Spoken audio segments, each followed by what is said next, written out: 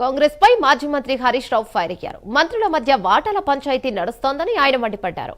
Naini black contract రద్దు చేశామని బట్టి చెబుతున్నారన్నారు. సైట్ విజిట్ సర్టిఫికెట్ విధానం గతంలో లేదని, నైనీ బ్లాక్ వ్యవహారంపై సీబీఐ విచారణ జరిపించాలని డిమాండ్ చేశారు. రేవంత్ బీజేపీ మధ్య ఉన్న చీకటి ఒప్పందంపై సీబీఐ విచారణ జరిపించాలన్నారు. బీఆర్ఎస్ గద్దెల జోలికి వస్తే రేవంత్ గద్దె కూలుస్తామని వార్నింగ్ ఇచ్చారు. ఎన్టీఆర్ గురించి మాట్లాడే అర్హత రేవంత్ కి లేదన్నారు. తెలంగాణలో కాంగ్రెస్ భూస్థాపితమైతేనే ఎన్టీఆర్ ఆత్మ శాంతిస్తోందని హరీష్ రావు అన్నారు. నేను ఒకటి అడుగుతా ఉన్నా,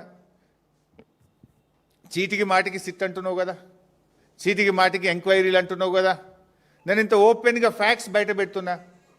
నీకు నిజాయితీ ఉంటే, దమ్ముంటే దీన్ని సిబిఐ విచారణకు ఆదేశించు. అన్ని సాక్ష్యాలతో సహా నేను సిబిఐకి అందించడానికి సిద్ధంగా ఉన్నా. ఇప్పుడు కిషన్ రెడ్డి గారు కోల్ ఇండియా మినిస్టర్. ఇలా కేంద్ర ప్రభుత్వంకు సింగరేణిలో 49% వాటా ఉంది. కిషన్ రెడ్డి గారు ఇవాళ రేవంత్ రెడ్డితో బీజేపీకి అక్రమ సంబంధం లేకపోతే, రేవంత్ రెడ్డి బీజేపీల మధ్య చీకటి ఒప్పందం లేకపోతే వెంటనే దీని మీద సిబిఐ విచారణకు ఆదేశించాలని నేను బీజేపీ పార్టీని, కిషన్ రెడ్డి గారిని నేను డిమాండ్ చేస్తూ ఉన్నా. ఇప్పుడు నేను అడుగుతున్నా, మీ దడుపాల్యం మూట కాకపోతే ఏంది? మీరే బయటపడుతున్నారు కదా, తన్నుక వస్తున్నారు కదా. ఇప్పుడు ఈ నైనీ బ్లాక్ టెండర్లలో ముఖ్యమంత్రి వర్సెస్ బట్టి గారు వర్సెస్ కోమటిరెడ్డి కదా, ముగ్గురు దన్నుకుంటేనే కదా ఇదంతా విషయం బయటకు వచ్చింది.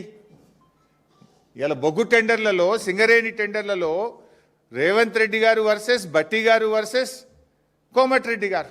నాకు దక్కాలంటే నాకు దక్కాలి, నా మనుషులకు దక్కాలంటే నా మనుషులకు దక్కాలని ముగ్గురు మధ్య వాటాల పంచాయతీ కాకపోతే ఏంది ఇది? పాపం మధ్యలో ఐఏఎస్ అధికారులు, జర్నలిస్టులు బలిపశువులు అయిపోయినారు. మీ వాటాల పంచాయతీకి, మీ టెండర్ల పంచాయతీకి, మీ కాంట్రాక్టర్ల పంచాయతీకి ఐఏఎస్ అధికారులను ఎందుకు బలి చేస్తున్నారు? జర్నలిస్టులు ఎందుకు బలి చేస్తున్నారు?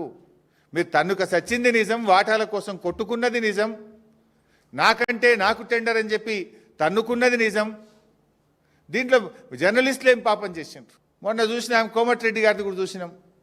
అరే నేను అసెంబ్లీలోనే చెప్పినా, ఇక ఒక్క సినిమాకు కూడా అనుమతి ఇచ్చేదే లేదు, ప్రివ్యూ షో లేదు, రేట్లు పెంచేది లేదు, నేను సంతకం పెట్టకుండానే జీవోలు వస్తున్నాయని ఆయనే బహిరంగంగా చెప్పిండు. వీడియోలు మనందరం చూసినాం.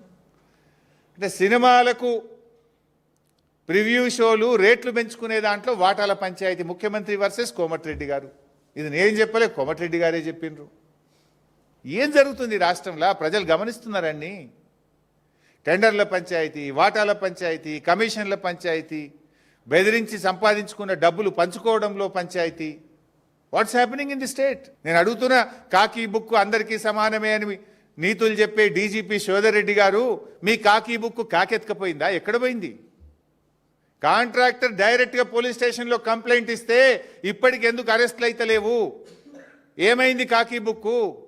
సజ్జనార్ బాగా మాట్లాడినావు కదా, మొన్న జర్నలిస్టులను బెదిరించినావు కదా.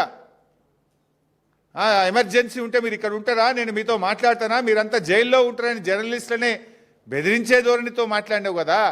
ఏమైంది నీ రూల్ బుక్కు? సజ్జనార్ నీకు ఇవేం కనబడతలేవా? నేను అడుగుతా ఉన్నా. ఇది ఒక దండుపాలెం ముఠా తయారైపోయింది. రేవంత్ రెడ్డి తెలియకుండానే సిట్టేసిండ్రు. అంటే రేవంత్ రెడ్డే హోమ్ మినిస్టరు, రేవంత్ రెడ్డే ముఖ్యమంత్రి. రేవంత్ రెడ్డి తెలియకుండా సిట్టు పడుతుందా? ఎట్లొచ్చింది ఆ సిట్టు? ఒకవేళ రేవంత్ రెడ్డి తెలియకుండా సిట్టే వస్తే ముఖ్యమంత్రిగా యు ఆర్ ఫెయిల్. ముఖ్యమంత్రిగా నువ్వు ఫెయిల్. నీకు పాలన మీద పట్టు లేదు, నీకు పరిపాలన మీద పట్టు తప్పింది. నువ్వు ముఖ్యమంత్రిగా పనికిరావు ఆ కుర్చీకి. నీకు తెలియకుండా సిట్ వచ్చింది నిజమే అయితే నువ్వు ముఖ్యమంత్రిగా కుర్చీకి పనికిరావు. You are failed to administer the state.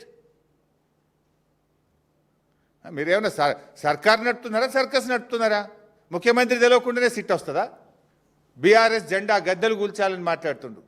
బిడ్డ, నువ్వు బీఆర్ఎస్ జెండా గద్దెల దోలికొస్తే నీ గద్దె కూల్తా జాగ్రత్త అని చెప్పి హెచ్చరిస్తా ఉన్నాం. దుమ్ము అయిపోతావు బిడ్డ నువ్వు.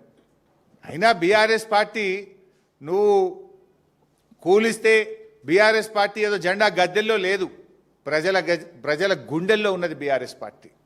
బీఆర్ఎస్ పార్టీ జెండా గద్దెల్లో నువ్వు కూలిస్తే పోయే పార్టీ కాదు.